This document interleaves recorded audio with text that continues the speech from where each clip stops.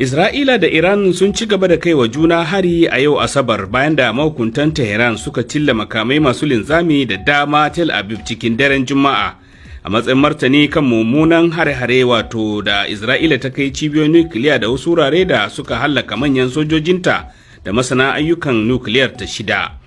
Kasashen biyu sun sanar da kunna garkuwar kare sararin samaniyar su a daren Juma'a, inda Amurka wadda ta ce ba ta da hannu a hare-haren da Isra'ila ta kai Iran, rotonni suka ce ta taimaka wajen tare makamai masu linzami da dama da Iran ta harba.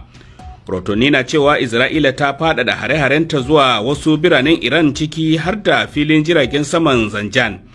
yayin da dakarun juyin juya halin Iran suka sanar da harba wasu jiragen leƙen asirin Isra'ila biyu akan iyakarsu. Ƙasashen duniya dai sun yi kira ga ɓangarorin biyu da su kai zuciya nesa, inda kwamitin tsaro na Majalisar Ɗinkin Duniya ya yi zaman gaggawa kan lamarin ranar Juma'a. Masu sharhi na zargin Isra'ila da amfani da kare kanta wajen ƙaddamar da kisan killa a ƙasashen gabas ta tsakiya.